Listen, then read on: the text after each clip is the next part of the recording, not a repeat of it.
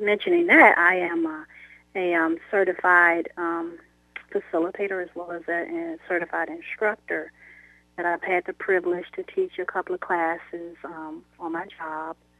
And I am CEO and founder of an organization called TPU Sister Club. So when you go to my website, you'll see TPU Sister Club, which TPU stands for Truly Prayed Up.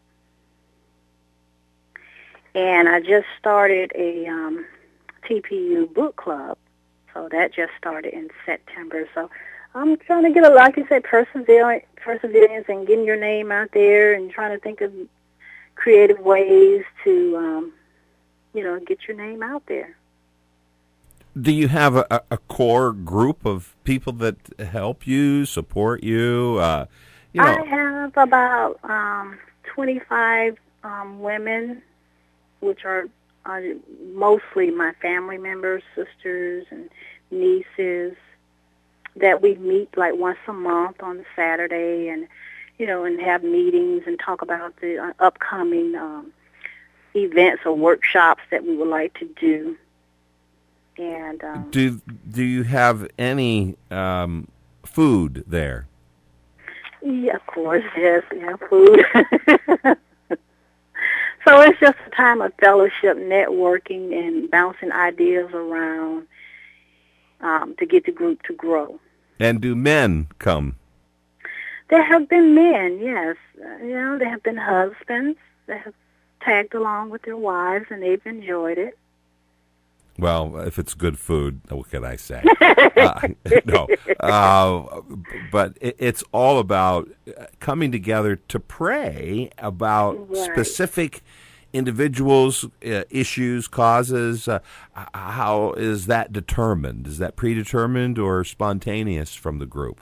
It is spontaneous. But the different talks each month is something that is scheduled. You may be told, okay, you're going to teach on prayer next week, or you're going to do motivation next week. So then if Tony K came and spoke, then he would get to eat. Yes, he would just have to eat. All right. I love my sisters. You girls really take care of the family, take care of each other, and it's special. It really is. It means a lot. Do you go to a home, or how do you decide where we're meeting? Yes, we go to a home, and sometimes, generally, mainly a home. But there are times where we may go to reserve the room at the library, things of that nature. When you have a spiritual life and brothers and sisters in Christ that you're close to and pray with and eat together and commune together, then you're looking at needs and what's going on in the world. And so as an author, that feeds your spirit. It allows you to think about how these issues could be solved or dealt with or responded to. Why me, Lord? That's pretty ancient, right? Right, and it also gives you a chance, like you said, you listen to the needs and you try to come up with a solution. It also sparks idea as to another book, of course. Right. I mean, that's one feeds the other, Right. And so you go from, now you're thinking series. You're thinking, exactly. oh, wow, now I've really tapped into a subject with this book that I can go elsewhere with, that Right. can reach out and bless people. Right, absolutely. Lord, help me in this place. There's a video. It's a YouTube at the website, YvonneSwinger.com. The books, very affordable. Tell our audience, what do they cost? They are. The hard copy, paperback copy of Lord Help Me in This Place is $10, and the ebook is $2.99. And it could be ordered from Amazon as well as my website. Paint the Town Pink volleyball team is $12.95, and it can be ordered right now from Barnes & Noble. as well as my website. Awesome. Thank you for putting it out there for our audience. They can get an autographed copy. Absolutely. So go to the website, and you can do that by email, probably. Yes, you can email me, give me your name, and I would love to autograph. And if you're a Twitter, you can send your tweets. Yes. Right at the website. Yes, right at the website. When do you think your next book will come out? I've actually already started. Do you have a timeline? You don't know. It could be 6 days. It could be 6 years. It could be a year. It could be 2. You don't know.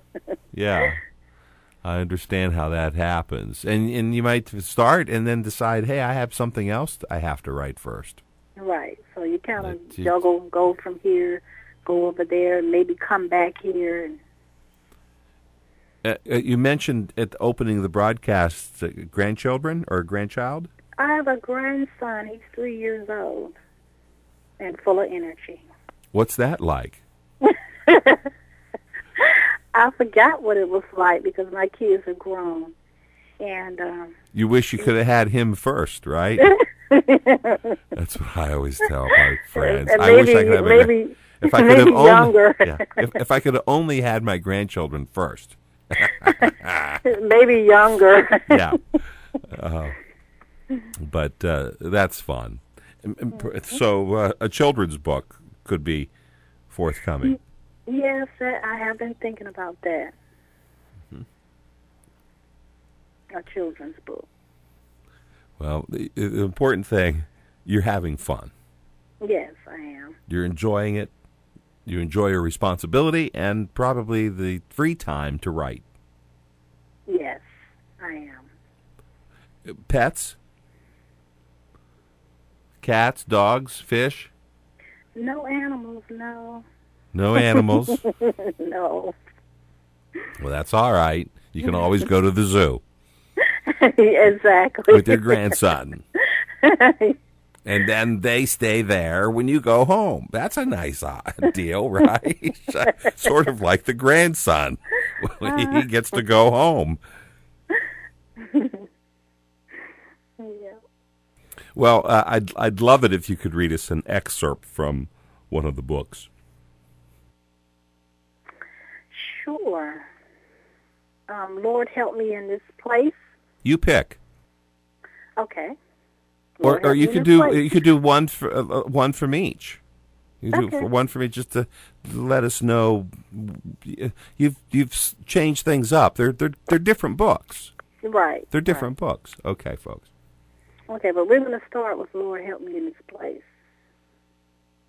When asked to pray, do you find yourself not knowing how to begin? I was the same way. I knew what I wanted to say to God, but I thought it had to be done in a special way. Lord, help me in this place will lead you to the discovery that prayer is simply a conversation with God. You would be introduced to the other simplicity of the power of prayer. A conversation with God is effortless, and the how-to is right here at your fingertip. Remember, conversating prayer begins within the heart. Lord, help me in this place is dear to my heart because it is exactly where it was birthed, in my heart. At some point in life, everyone needs help, whether it's spiritually or natural help. Only you know. Wow. You must have had a good time researching the topic of prayer. It's a huge topic in the Bible. It is a huge topic. Huge, absolutely huge. And from Genesis to Revelation, prayer is the power. Right. Tapping into God, His power, His strength, His wisdom, His guidance. When you communicate with God in prayer, something is coming back. It may not. You may not hear it in God's words the way we speak, but your outpouring of yourself to God changes things. Exactly. It does. First of all, it should change us and our position, our humility, our reverence, our knowledge of His greatness, power, love, forgiveness, strength, righteousness, all of that overwhelming to even believe that we could be heard or gain entrance to His presence is awe-inspiring in and of itself if we understand the grandeur of God. Right. And, of course, if we know Christ, that's the good news. That is good news. Exactly. So that makes the journey a happy one. Yes, a happy and easy one.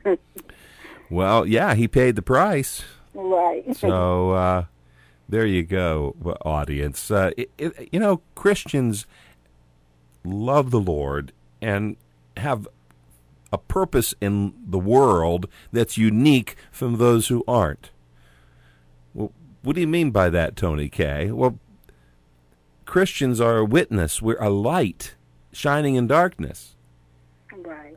So the gifts that we have are to be used to God's glory, to bring illumination of His presence. Right, absolutely. It may be the only light that some people may ever see. So we need to just let it shine. Your skill has directed you to write. It has. And we need Christians to do that, to put our faith into a modern context. Right. Do you think your books will not only strengthen the Christian, but aid the non-Christian? Absolutely. Yes, because they don't prejudge. They don't prejudge. There's no judging going on. They just lay things out that you can take, and you know yourself better than anyone else. So when you read the book, you see yourself, and you know what it is that you need to do to better yourself. Oh, absolutely. And the Bible is your reference. Do you use that throughout your book? Do you reference the Bible? Do you give book, chapter, and verse for people to use to refer back to and embellish? Yes. I use the King James Version. That's pretty common, universally understood, romantic language. Right, and that's the thing. It was a simple book that I wanted to make simple for people. I prefer the Revised Standard Version. Okay. Others like the New International Version. But typically, I'm just glad you're reading any version. Right. So get out there and open the good book, and you won't be disappointed. That's why it's called the good book. Right. Certainly, it will. It's a sword with two edges, and certainly able to cut us to the quick because of our sin. Right. And we've got plenty of that to go around. But on the other side, it's full of forgiveness and grace. Yes. And mercy. So God's tender mercies shining through. Paint the Town Pink volleyball team. It's about 5? It's about people? Or actually, there's 6, but the story is about 5, and it mentions the one. And I did that because there will be a sequel. And there you go. Girl will be in that. But there's 5 main characters. Tiff, which is the brat. Of course, she's a rich kid that has a father that is a superior court judge, and her mother is a surgeon. And of course, they have a huge home, nice car. And Gracie, which is the chef, and she cooks really well. Learned how to cook in the 7th grade. And Maylee, the troublemaker. Father's divorced from her mother, and she basically stayed in trouble, lied, stole, drank, everything a troublemaker could possibly do, she did. Glow, which is the songbird, and her grandmother raised her in the church. Beautiful voice. And Posey, which is unsure, she was raised by her father and his partner. And so all 5 of the girls came from different aspects of life. However, they somehow they got along because they played on the volleyball team it was a community volleyball team. They played on the volleyball team from elementary up until they got grown.